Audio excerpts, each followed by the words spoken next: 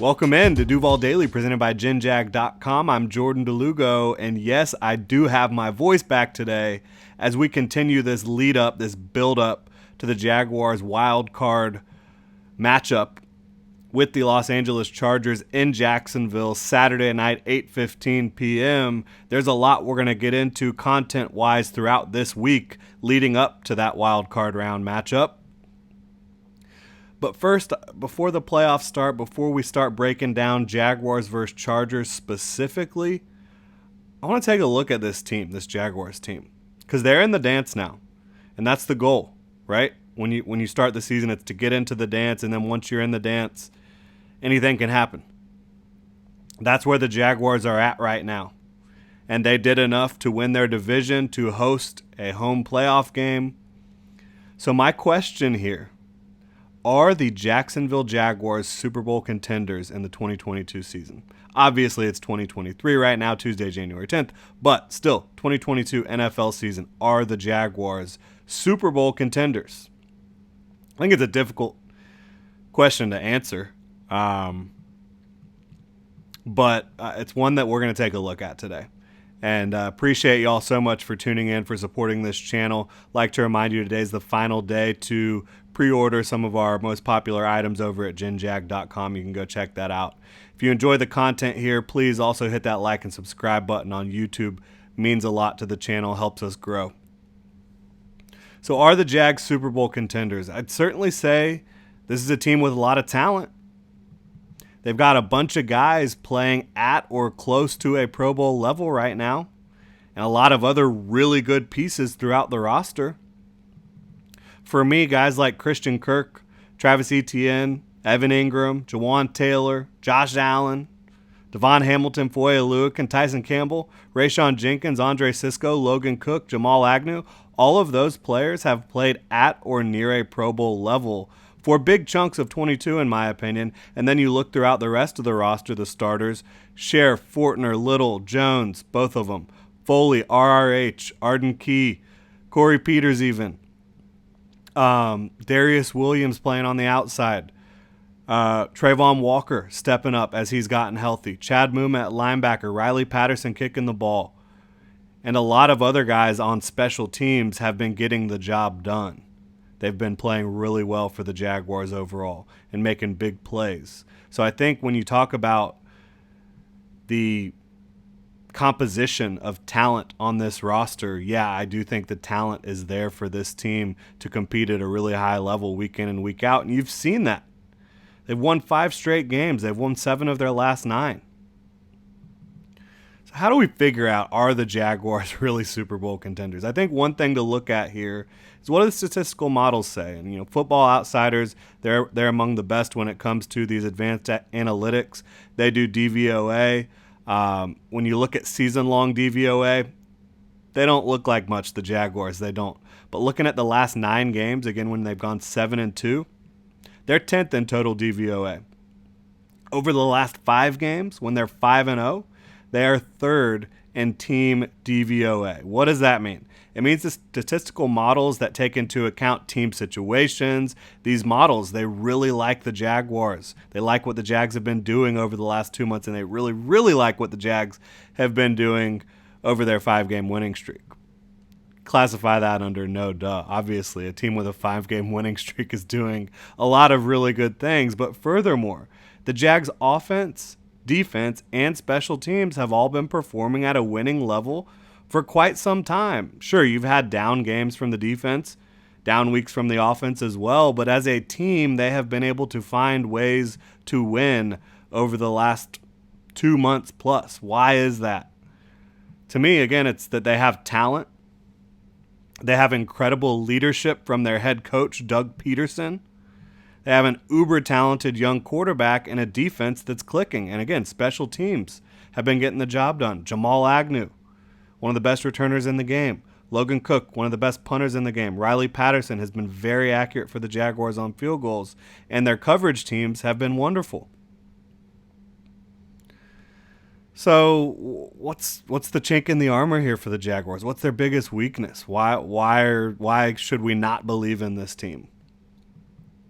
For me, I think their biggest weakness is their inability to cover the slot and cover tight ends. When you have guys that have supreme talent in those spots, think about CeeDee Lamb. Think about Amon-Ra St. Brown. Think about Mark Andrews. Think about Chigo Okonkwo. When you have mismatches in the slot and in the tight end over the middle of the field, I do think that's where the Jaguars are at their weakest right now. But if your team only has one real major problem, and I'm having a hard time thinking of something else on this roster, some other area of this football team that is broken, and I can't think of one. And honestly, even though I worry about being able to cover elite slots and really athletic tight ends, has it cost the team lately? I mean, Chigo Okonkwo had a good game, but the Titans still only scored 16 points last week. I think when you've seen it cost them big time was really against Dallas and Detroit. They were able to beat Dallas because Trevor Lawrence and the offense went absolutely nuts. But and the defense shut it down in the second half. But I do think covering the slot and covering tight ends is the Jaguars' biggest weakness. You look throughout this roster. Head coach, they're great. Doug Peterson is one of the best head coaches in football from a leadership standpoint, and he's also one of the head coaches that gives you the biggest advantage from a schematic standpoint because he's one of the best play callers in football. When you have a head coach that is elite in leadership and elite on one side of the ball, you are in a really good position to compete in these games where it's win or go home. Offensive line, pretty darn good overall. Not great. I think the biggest weak link on the offensive line right now is Tyler Shatley, but is he passable? Yeah. And again, you have a really talented runner in Travis Etienne. You have a quarterback who is really good at avoiding pressure. So overall, is this offensive line a weakness? No, I think it's more of a strength than a weakness for the Jaguars. Quarterback, we've talked about. Pretty damn good. Trevor Lawrence, 30 total touchdowns in his second year as a pro, first year in Doug Peterson's system. Fantastic leap forward from Trevor Lawrence. I know a lot of people want to talk about how he didn't play that well against the Titans. For me, it was really two plays that he would really love to have back. Yeah, there were a couple other ones but every quarterback, every single game has a couple plays they'd like to get back. To me, it was the miss to Zay Jones, and it was the unfortunate turnover with the Jamal Agnew end around, whatever was going on with that. Jamal Agnew wasn't able to secure it, was a little bit high for him. I think if he could get those two plays back, you're talking about a much different outlook from people around the league, from Jags fans, from everyone on how Trevor Lawrence played in that game. Because he made some absolute darts. I mean, you're talking about a no-look pass over the middle of the field to Marvin Jones on the money, an absolute dime. A lot of these balls he completed to Christian Kirk were fantastic. Trevor Lawrence, he did not play as bad as a lot of people want to say. But I think, yeah, absolutely, you feel good about your young quarterback and Trevor Lawrence entering the postseason. Wide receiver, you feel pretty damn good. Christian Kirk has been awesome. Marvin Jones is reliable as hell as a possession guy. Zay Jones is a wild card for you. Jamal Agnew can absolutely ball when you get the ball in his hands. At tight end, I mean, Evan Ingram has been fantastic. He's been one of the best tight ends in football this year. You've also got Chris Manhertz, who's a good blocking tight end. You've got Dan Arnold, who can certainly come in and do some things, and Luke Farrell showed some last week as well. You feel good about your tight end spot. This offense, I mean, they're 10th overall in points on the year. They're 9th in total yards. This is a good offense. This is an offense that's playing well for the Jaguars. And again, led by quarterback Trevor Lawrence, who's an absolute star in the making, probably already is a star, and Doug Peterson, one of the best coaches in football, offensive minds in football. You look at the defensive side of the ball. Pass rush, yes, they've been feasting too. It took a while this year. Obviously, they got off to a little bit of a hot start early, and then they faded. But over the last 5 games, they've got 16 sacks. They've been unbelievable, averaging over 3 sacks a game in the last 5 games. One of the best teams at creating pressure over the last month plus. Run defense, 7th in the NFL, allowing 4.2 yards per carry. They've been one of the better run defenses all year, outside of defending some zone read stuff, but even that they've tightened up against. Turnovers? They've forced 27, the fourth most in football this year.